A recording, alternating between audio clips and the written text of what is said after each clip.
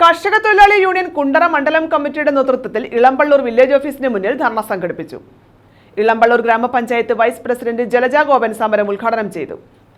കർഷക തൊഴിലാളികളുടെ പെൻഷൻ കുടിശ്ശിക തീർത്തു നൽകുക, ക്ഷേമനിധി ബോർഡ് സംരക്ഷിക്കുക എന്നീ ആവശ്യങ്ങൾ ഉന്നയിച്ച് സംസ്ഥാന വ്യാപകമായി നടക്കുന്ന പ്രതിഷേധ സമരത്തിന്റെ ഭാഗമായാണ് സിപിഐയുടെ കർഷക സംഘടനയായ കർഷക തൊഴിലാളി യൂണിയന്റെ നേതൃത്വത്തിൽ ഇളമ്പള്ളൂർ വില്ലേജ് ഓഫീസിന് മുന്നിൽ ധർണ സംഘടിപ്പിച്ചത്. ഇളമ്പള്ളൂർ ഗ്രാമപഞ്ചായത്ത് വൈസ് പ്രസിഡന്റ് ജലജ ഗോപൻ ഉദ്ഘാടനം നിർവഹിച്ചു.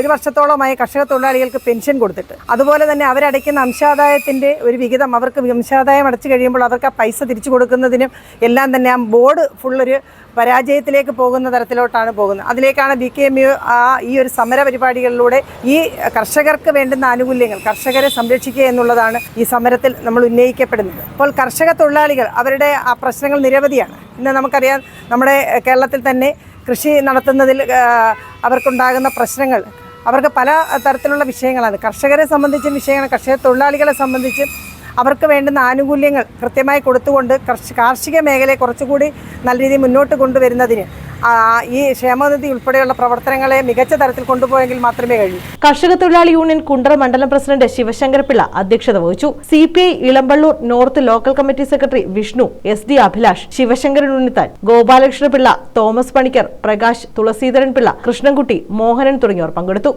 News bureau, Kundara.